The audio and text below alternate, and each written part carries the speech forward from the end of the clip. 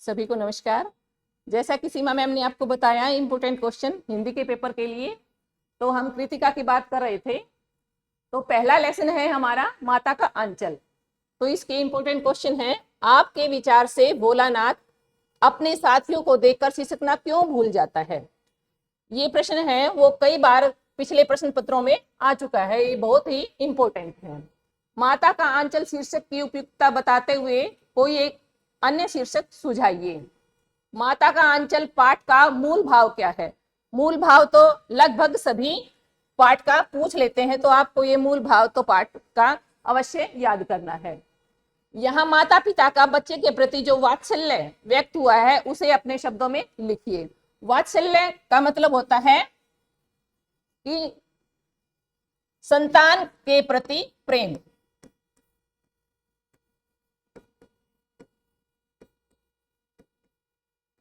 कि माता पिता अपनी संतान को कैसे प्रेम करते हैं उसको कहते हैं वात्सल्य रस।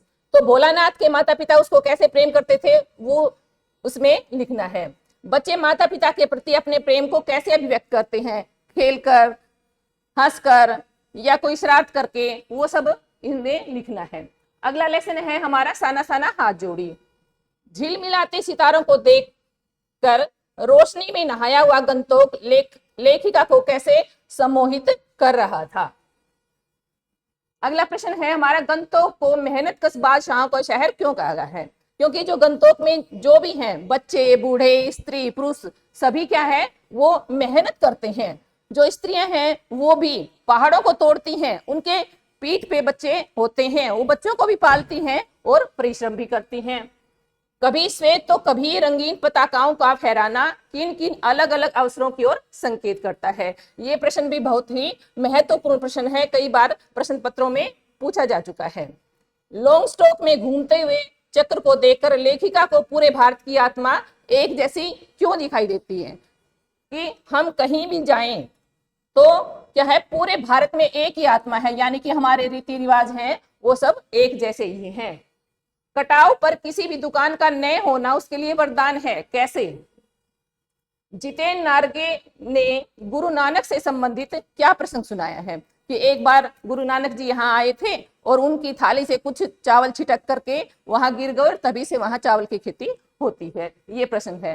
तो हमारी जो कृतिका में है वो 3 प्रश्न आएंगे और 3 में से आपको 2 करने होंगे और दोनों आप 2 पार्ट भी अच्छे से याद कर लेंगे तो आपके ये 6 नंबर पूरे हो जाएंगे।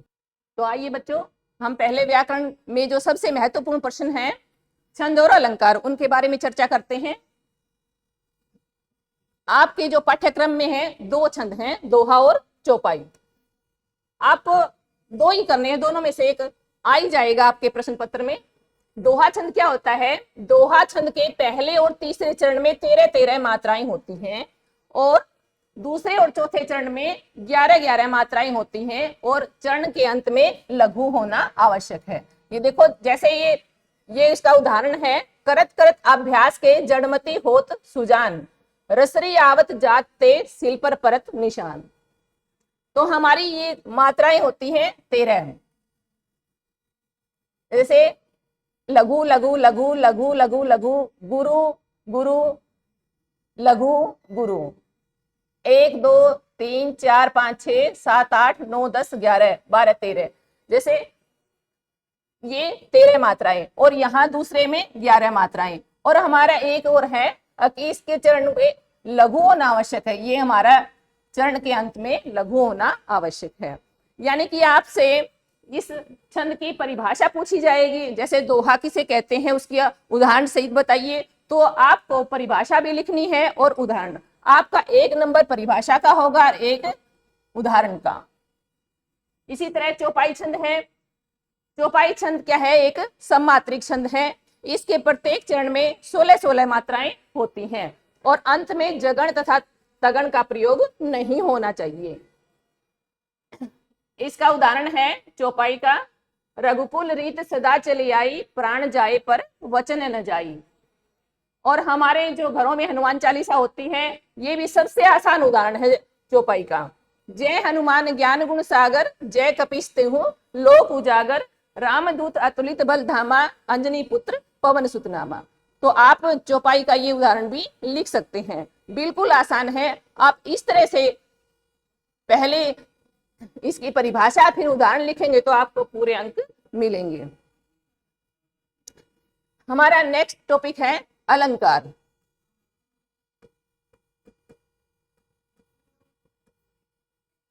तो अलंकार है वो भी 2 नंबर का पूछा जाता है। इसमें हम अलंकार की परिभाषा और उदाहरण भी पूछ सकते हैं, या कोई पंक्ति दे दी जाती है तो आप उससे भी क्या है अलंकार का नाम पूछा जा सकता है। अभी किसी बच्चे ने पूछा था कि कमेंट में कि ये अलंकार बताइए मैम, शलेष अलंकार के बारे में पूछा था। तो मैं अभी सभी अलंकार है वो एक बार फिर से रिवाइज कर लेते हैं। तो अलंकार हमारे 2 तरह के होते हैं। अलंकार के 2 भेद होते हैं, शब्दालंकार और अर्थालंकार। जहां शब्द के कारण चमत्कार उत्पन्न होता है वो शब्दालंकार होते हैं, और जहां अर्थ के कारण चमत्कार उत्पन्न होता है वो अर्थालंकार होते हैं। जैसे हमारे सिलेबस में है शब्दालंकार हैं 3, अनुप्रास, यमक और श्लेष। और अर्थालंकार हैं उपमा, रूपक, उत्प्रेक्षा, अतिशयोक्ति और मानवीकरण। ये हमारे अर्थालंकार हैं। अब इनकी परिभाषा देखिए। अनुप्रास अलंकार, अनुप्रास अलंकार किसे कहते हैं उदाहरण सहित बताइए। ऐसे भी पूछा जा सकता है, या आपको कोई पंक्ति दी जाती है कि इसमें अलंकार का नाम बताइए। अनुप्रास अलंकार कहाँ होता है? जहां व्यंजन वर्णों की बार बार आवृत्ति होती है। बच्चों इस बात का ध्यान रखना, यहां व्यंजन वर्ण की आवृत्ति होती है, शब्द की नहीं। जहां व्यंजन वर्णों की बार बार आवृत्ति होती है वहां अनुप्रास अलंकार होता है। जैसे रघुपति राघव, राजा राम, पतित पावन सीताराम। हम इसका स्पष्टीकरण भी ऐसे लिखेंगे,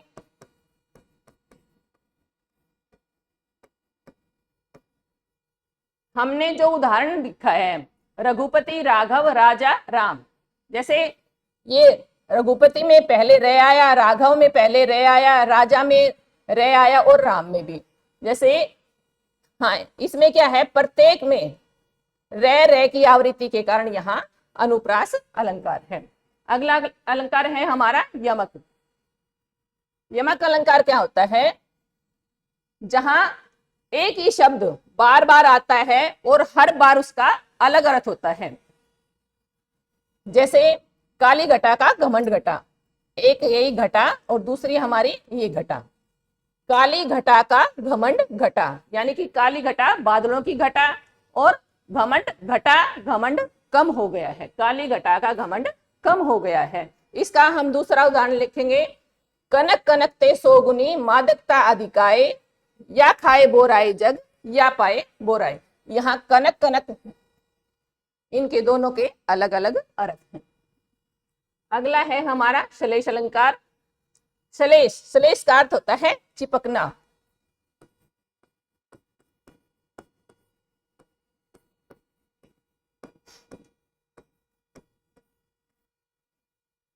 जहां एक ही शब्द में एक से अधिक अर्थ चिपके हुए हों, जहां एक ही शब्द के एक से अधिक अर्थ निकलते हो वहां श्लेष अलंकार होता है। जैसे ये उदाहरण है, पी तुम्हारी मुख बास तरंग, आज बोरे भोरे सहकार। यहाँ जो बोरे शब्द है इसके 2 अर्थ निकलते हैं, एक भंवरे के संदर्भ में और दूसरा सहकार होता है आम। पी होता है सखी, हे सखी तुम्हारे मुख की सुगंधित वायु से आज भंवरे, भंवरे का मतलब भंवरे, वो बोरा गए हैं अर्थात गुंजार कर रहे हैं। और सहकार होता है आम, और आम के वृक्षों पर भी बोर आ गया है अर्थात उन पर मंजरियां निकल रही हैं। अगला उदाहरण है हमारा अलंकार है उपमा। उपमा का अर्थ होता है तुलना। जहां उपमेय की उपमान से तुलना की जाती है, ध्यान देना बच्चों, जहां उपमेय की उपमान से तुलना की जाती है वहां उपमा अलंकार होता है। इसके जो वाचक शब्द होते हैं सी, सा, सम, सरिस, जैसा। इसका जो उदाहरण है उपमा अलंकार, चांद सा सुंदर मुख। इसमें सा, जैसे ये है सा, जहां तुलना की जाती है। मुख की तुलना किससे की है? चांद से। चांद सा सुंदर मुख, तो यहां उपमा अलंकार है। हमारा अगला उदाहरण है मखमल के झूल पड़े हाथी सा टीला, यहां भी तुलना की गई है। अगला उदाहरण है पीपर पात सरिस मन डोला, कि पीपल के पत्ते के समान मन डोलता है। इसमें ऐसे भी आ सकता है कि कोई भी लाइन आपको दे सकते हैं तो उस लाइन में एक से अधिक अलंकार भी हो सकते हैं। मान लिया कि आप ये लाइन ही परीक्षा में आ गई है, तो फिर आपको क्या रेखांकित, ये ऐसे शब्द है ना वो रेखांकित मिलेंगे, अकी इसमें आपको अलंकार का नाम बताना है। तो पीपर पात सरिस मन डोला, तो ये हमारा हो जाएगा, अगर रेखांकित यहां किया गया है तो हमारा ये हो जाएगा उपमा अलंकार। अगर ये रेखांकित यहां किया गया है पीपर पात, तो यहाँ पे और पे की आवृत्ति के कारण अनुप्रास अलंकार है। तो एक ही पंक्ति में एक से ज्यादा अलंकार हो सकते हैं। अगला है हमारा रूपक। रूपक अलंकार है उपमेय में ही उपमान का आरोप कर दिया जाता है, यानी कि जहां उपमेय में ही उपमान का आरोप कर दिया जाता है वहां रूपक अलंकार होता है। मैया मैं तो चंद्र खिलौना ले हूं, यहाँ श्री कृष्ण जी जिद कर रहे हैं अपनी माता यशोदा से कि हे मैया मैं तो चंद्रमा रूपी खिलौना लेना चाहता हूं, तो यहाँ रूपक अलंकार है। उत्प्रेक्षा अलंकार, जहां उपमेय में उपमान की संभावना या कल्पना होती है वहां उत्प्रेक्षा अलंकार होता है। इसके वाचक शब्द हैं मानो, मनु, जानो, जनु, मनो, मनहु। जैसे उदाहरण देखिए, उस काल मारे क्रोध के तनु कांपने उनका लगा, मानो हवा के जोर से सोता हुआ सागर लगा। ये उस समय का वर्णन है जयद्रथ वध। जैसे सामने जयद्रथ को देख करके अर्जुन है बहुत ही क्रोधित हो जाते हैं, क्योंकि अर्जुन ने तो प्रतिज्ञा की थी कि मैं शाम तक अगर जयद्रथ का वध नहीं करूंगा तो मैं खुद ही अग्नि में प्रवेश कर जाऊंगा। तो जब उसको दिखाई देता है, जब बादल आ जाते हैं और जो श्री कृष्ण है वो कहते हैं अर्जुन से देखो वो सूर्य है और इधर जयद्रथ है, तो उसको देखते ही क्या है उस काल उस समय क्रोध के मारे जो है अर्जुन का शरीर है क्रोध से कांपने लगा। कैसे? मानो हवा के जोर से सोता हुआ सागर जगा। जैसे सागर में हिलोरें उठती हैं उसी तरह अर्जुन के शरीर में भी क्रोध की हिलोरें उठने लगी। अगला है हमारा अतिशयोक्ति। अतिशयोक्ति दो शब्दों से मिलकर बना है, जैसे अतिशय जमा उक्ति, अर्थात किसी भी बात को बढ़ा चढ़ा कर कहना कि हमारी जो है लोक मर्यादा का उल्लंघन हो जाए। उदाहरण है इसका कि हनुमान की पूंछ में लग न पाई आग, लंका सिगरी जली गई और गए निशाचर भाग। कि हनुमान की पूंछ में आग नहीं लग पाई और लंका सारी जल गई और सारे राक्षस भाग गए। अगला है हमारा मानवीकरण अलंकार। तो मानवीकरण जैसा कि इसके नाम से स्पष्ट है कि जड़ प्रकृति पर मानवीय भावनाओं और क्रियाओं का आरोप किया जाता है। इसकी परिभाषा में लिखेंगे हम, जहां जड़ प्रकृति पर मानवीय भावनाओं और क्रियाओं का आरोप किया जाता है वहां मानवीकरण अलंकार होता है। जैसे एक सिंपल सा उदाहरण बताती हूँ आपको। जैसे हमारे कोई फूल लग रहा है, वो फूल है खिला हुआ फूल बहुत सुंदर लगता है। एक तो हम ऐसे कहें कि फूल है वो सुंदर लग रहा है, और एक हम कहें कि फूल हंस रहा है।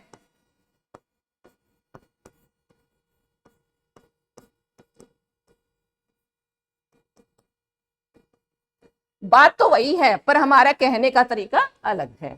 बस यही है कि फूल हंस रहा है, हंसना है एक मानवीय क्रिया है, तो फूल पर मानवीय भावनाओं का आरोप है, इसलिए ये मानवीकरण अलंकार है। जैसे इसका सबसे आसान उदाहरण है मेघ आए बड़े बंठन के संवर के, जो कविता आपने पहले भी 9th क्लास में पढ़ी होगी। दिवसावसान का समय मेघ में आसमान से उतर रही है, संध्या सुंदरी परी सी धीरे धीरे धीरे। अब ये देखो यहाँ संध्या का वर्णन किया गया है। अभी मैंने जैसे ये पहले बताया था कि उसी तरह है रेखांकित, एक ही पंक्ति में जो रेखांकित शब्द किया है उसी के अनुसार आपको अलंकार का नाम बताना है। जैसे हाँ, इसमें है संध्या का मानवीकरण किया है, तो वैसे तो ये मानवीकरण अलंकार है, इसमें क्या है, मानवीकरण अलंकार है। उसके बाद है परिसी, यानी कि तुलना किससे की है, परि से, तो ये क्या है, उपमा अलंकार भी होगा। तो एक ही पंक्ति में एक से अधिक अलंकार हो सकते हैं। आशा करती हूं बच्चों कि आपको ये अलंकार हैं वो समझ आ गए होंगे। तो चलते हैं हम अपनी नेक्स्ट स्लाइड की ओर, जो हमारी नैतिक शिक्षा से संबंधित है। तो नैतिक शिक्षा है वो हमारी 10 अंक की आएगी। तो 10 अंक में 4 जो अंक हैं वो 4 अंक के आपके बहुविकल्पीय प्रश्न होंगे और 3-3 अंक के आपके 2 प्रश्न और होंगे। तो मैंने ये कुछ प्रश्न इंपोर्टेंट आपको बताए हैं, तो आप इनको ध्यान से देखिए कि योग का प्रयोग हमेशा किस लाभ के लिए होता रहा है, शारीरिक, मानसिक और आध्यात्मिक।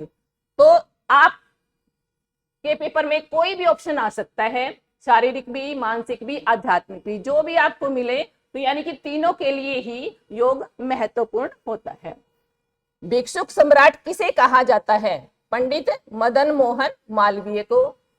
महात्मा बुद्ध ने अपना पहला उपदेश कहाँ दिया था, सारनाथ में। ये प्रश्न बहुत ही इंपॉर्टेंट है और हाँ, कई बार आ चुका है। बर्ड मैन ऑफ इंडिया किसे कहा जाता है, सालिम अली को। आत्मा के उद्धार के लिए सर्वोपरि ग्रंथ कौन सा है, गीता, यानी कि जिसमें कर्मयोग की शिक्षा दी गई है। कौन सी महिला आध्यात्मिक क्षेत्र में प्रसिद्ध है, गार्गी, मैत्रेयी, अश्वघोषा और लोपामुद्रा। यानी कि इनमें से कोई भी नाम आ जाए या 3 अन्य नाम आ जाए ऑप्शन में, आपको सही विकल्प चुन करके अपनी उत्तर पुस्तिका में लिखना है। कौन सी महिला राजनीति क्षेत्र में प्रसिद्ध है, तो है Sarojini Naidu, doctor Annie Besant और इंदिरा गांधी। बच्चों ध्यान देना इस बात पे कि ये आध्यात्मिक क्षेत्र में है और ये राजनीतिक क्षेत्र में है। योग है क्रमशु कौशलम उक्ति किस ग्रंथ में संकलित है, श्रीमद् भगवत गीता में। गैब का क्या अर्थ है, यानी कि जो आपकी पाठ्य पुस्तक में शब्दार्थ हैं उनमें से भी प्रश्न भी पूछ सकते हैं। तो गैब का क्या अर्थ है, पीठ पीछे या भाग्य। मैत्रेयी किस ऋषि की पत्नी थी, याज्ञवल्क्य ऋषि की। भगिनी निवेदिता का मूल नाम क्या था, मार्गरेट नोबल। सालिम अली की आत्मकथा का क्या नाम था, the fall of a sparrow. Mahatma Buddha के पिता का क्या नाम था, महात्मा बुद्ध के पिता का नाम था शुद्धोधन। तो महात्मा बुद्ध से संबंधित और प्रश्न भी पूछ सकते हैं, जैसे उनका बचपन का नाम क्या था, सिद्धार्थ। उनकी पत्नी का क्या नाम था, यशोधरा। उनकी माता का नाम था महामाया। और महात्मा बुद्ध का के जो पुत्र का नाम क्या था, राहुल। यानी कि इनमें से एक नाम तो किसी न किसी सेट में अवश्य पूछ लिया जाएगा। किसी देश की आत्मा किस भाव को कहा गया है, यह है राष्ट्रीयता। बनारस हिंदू विश्वविद्यालय की स्थापना किसने की, पंडित मदन मोहन मालवीय ने। मालवीय जी की किस हिंदी संस्था की स्थापना की, हिंदी साहित्य सम्मेलन की स्थापना की मालवीय जी ने। मनुबाई के बचपन का क्या नाम था, यानी कि लक्ष्मीबाई के बचपन का नाम मनुबाई। और जो है पेशवा उनको छबीली भी कहते थे। लक्ष्मीबाई के माता पिता का नाम बताइए, तो पिता का नाम मोरोपंत और माता का नाम भागीरथी। भारत कोकिला की उपाधि से किसको विभूषित किया गया, सरोजनी नायडू को। यह प्रश्न ऐसे भी आ सकता है कि सरोजनी नायडू को किस उपाधि से विभूषित किया गया, भारत कोकिला। पेट भरो पेटी मत भरो, ये शब्द किसने कहे, आचार्य विद्यासागर ने। अर्जुन के गुरु का क्या नाम था, द्रोणाचार्य। भगिनी निवेदिता किस देश में जन्मी थी, आयरलैंड में। गीता क्या है, ज्ञान का सूर्य है, भक्ति रूपी मणि का भंडार है और निष्काम कर्म का सागर है। बौद्ध मत के उपदेशों का संकलन किसके अंतर्गत किया? जो है त्रिपिटक, ये एक ग्रंथ है जिसमें बौद्ध के उपदेशों का संकलन किया गया है। तो आगे चलते हैं हम। जो पहले मैंने बताए थे वो हमारे 4 नंबर के क्वेश्चन थे, जो कि 1-1 नंबर के होंगे और आपके ये बहुविकल्पीय प्रश्न होंगे, और ये प्रश्न है आपके 3-3 अंक के होंगे। तो एक प्रश्न तो आपका सूक्तियों से संबंधित होगा जो कि 3 अंक का होगा, और 3 अंक का प्रश्न आपका इनमें से आएगा। ये बहुत ही महत्वपूर्ण प्रश्न है। जैसे वास्तव में सच्चा कर्मयोगी कौन है? सालिम अली ने अपनी आत्मकथा का क्या नाम रखा है और क्यों रखा है? तो इसमें 2 प्रश्न पूछ रखे हैं। महात्मा के किन्हीं 4 गुणों का उल्लेख कीजिए, यानी कि कोई भी महान पुरुष होता है तो उसके 4 गुण लिखने हैं। दुनिया में नेकी और बदी का ये जो हमारा पाठ है उसका उद्देश्य स्पष्ट करना है, यानी कि उसका मूल भाव क्या है। ईसा मसीह ने अच्छा जीवन जीने के लिए क्या संदेश दिया है? गीता किस प्रकार का ग्रंथ है? विद्या को छिपा हुआ धन क्यों कहा गया है? सच्चे मित्र की क्या पहचान बताई गई है? और वीणा वादिनी किसे कहा गया और क्यों? किसे कहा गया है और क्यों, इसका कारण भी बताना है। सरोजनी नायडू को भारत कोकिला की उपाधि क्यों दी गई? यानी कि ये आपके महत्वपूर्ण प्रश्न है। इनमें से किसी न किसी सेट में से ये प्रश्न आ सकते हैं जो आपके 3 नंबर के होंगे। और एक प्रश्न है आपका सूक्तियों से संबंधित होगा। ये मैंने 6-7 सूक्तियां लिखी हैं और इनमें से ही आपकी सूक्तियां पूछी जाएंगी। तो सूक्ति का अर्थ क्या होता है? सूक्ति शब्द है वो 2 शब्दों से मिलकर बना है, सु जमा उक्ति। अर्थात सु का अर्थ होता है अच्छा, उक्ति का मतलब वचन, यानी कि जो अच्छे वचन हैं जिनमें सारगर्भित शब्दों के द्वारा जीवन उपयोगी बातें बताई जाती हैं। यानी कि इन सूक्तियों के माध्यम से हमें नैतिक शिक्षा की जानकारी मिलती है। और जो हमारी ये सूक्तियां हैं ये सभी क्या है, मीठी वाणी से ही संबंधित हैं। तो हमारी पहली सूक्ति है जिह्वाया अग्रे मधु में जिह्वाया मूले मधुलकम। ये कहां से ली गई है? ये इसमें से आपका जो 1 नंबर का प्रश्न है ना वो भी पूछा जा सकता है। ये अथर्ववेद से ली गई है। यहाँ वैदिक ऋषि मीठी वाणी के महत्व को दर्शाते हुए कहते हैं कि मेरी जीवा के अगर भाग में मधुरता रहे, जीवाया अग्रे मधु, यानी कि जीवा के अगले भाग में मधुरता रहे। जीवाया मूले मधुलकम, और क्या है, जीव के मूल भाग में भी मधुरता रहे। अर्थात मैं जो भी बोलूं वो है हमेशा मीठे वचन ही बोलूं। अगला है हमारी सूक्ति जो है प्रिय वाक्य प्रदानेन सर्वे तुष्यन्ति जंतवः तस्मात् तदेव वक्तव्यम वचने का दृढ़ता। तो ये क्या है, हमारी चाणक्य नीति से ली गई है। अर्थात क्या है, प्रिय वाक्य प्रदानेन, प्रिय वचन बोलने से सर्वे तुष्यन्ति जंतवः, सभी जीव हैं वो प्रसन्न होते हैं। तस्मात्, इसलिए, तदेव वक्तव्यम वचने का दृढ़ता, इसलिए मीठा बोलने में हमें दृढ़ता नहीं दिखानी चाहिए। यानी कि मीठा बोलने में कंजूसी नहीं करनी चाहिए, हमेशा मीठा ही बोलना चाहिए। अगला है कि वाणी का समलम करोति पुरुषम या संस्कृता धार्यते क्षीयन्ते खलु भूषणानि सततम वाग्भूषणम भूषणम। ये हमारे नीति शतक से लिया गया है। कहने का भाव यह है कि वाणी का महत्व इसमें बताया गया है कि केवल संसार में एक संस्कार युक्त वाणी ही पुरुष को अलंकृत करती है। अन्य सारे आभूषण तो नष्ट हो जाते हैं, केवल वाणी रूपी आभूषण ही शाश्वत है और जो हमेशा बना रहता है। यानी कि हमें जो है हम मीठी वाणी का प्रयोग करना चाहिए। आगे कवि रैदास बताते हैं मधुर वचन है औषधि, कटु वचन है तीर, सर्वन द्वार हवे संचरे साले सगल शरीर। रैदास कवि कहते हैं कि मीठे वचनों को सुखद औषधि के समान बताया है। मधुर वचन है औषधि, औषधि यानी कि दवाई के समान बताए हैं। और कटु वचन है तीर, और कड़वे वचन किसके समान? तीर के समान बताए हैं।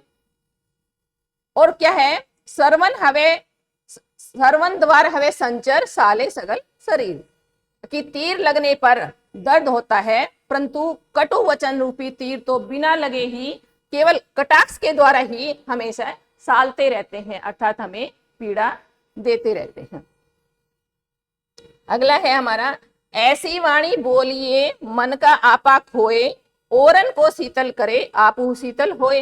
ये है वो कबीर दास के द्वारा रचित है। तो कबीर जी कहते हैं कि हमें ऐसी वाणी बोलनी चाहिए कि मन का आपा खोए, हमारे जो मन का आपा है, घमंड है, वो दूर हो जाए। यानी कि ओरन को शीतल करे, ओरन मैंने दूसरों को भी शीतलता प्रदान करे, और आप हो शीतल होए, और हम भी शीतल हो जाएं। हमें ऐसी मीठी वाणी बोलनी चाहिए। अगला है कि तुलसी मीठे वचन ते सुख उपजत चहु और, वशीकरण यह मंत्र है परिहरु वचन कठोर। तुलसीदास जी कहते हैं कि मीठी वाणी से चारों ओर सुख ही सुख उपजता है, इसलिए क्या है, कठोर वचनों को त्याग करके हमेशा मीठे वचन बोलना चाहिए। मीठे वचन बोलेंगे, यही क्या है, हमारे एक वशीकरण का मंत्र है। यानी कि हम किसी को वश में करना चाहें तो क्या है, चाहे कोई कितना भी क्रोधित आदमी हो, अगर हम उसके सामने मीठे वचन बोलेंगे तो क्या है, वो हमारे वश में हो जाएगा, यानी कि उसको शीतलता प्रदान होगी। अगला है, मानुष बैठे चुप करे कदर न जाने कोय, जब ही मुंह खोले कली प्रकट वास्तव होय।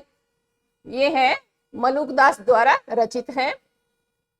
यानी कि मनुष्य जब तक चुप बैठा रहता है तब तक उसका कोई सम्मान नहीं करता। जब ही मुंह खोले कली, जब प्रकट रूप से मुख रूपी कली खिलती है, प्रकट वास्तव होए, तो उसकी जो बास मैंने सुगंध चारों तरफ फैल जाती है। यानी कि जब तक मनुष्य चुप रहता है, हाँ, तो हमें उसके बारे में जानकारी नहीं मिलती, और जब वो मुंह खोल करके हम उससे वार्तालाप करते हैं तभी उसके बारे में पता चलता है।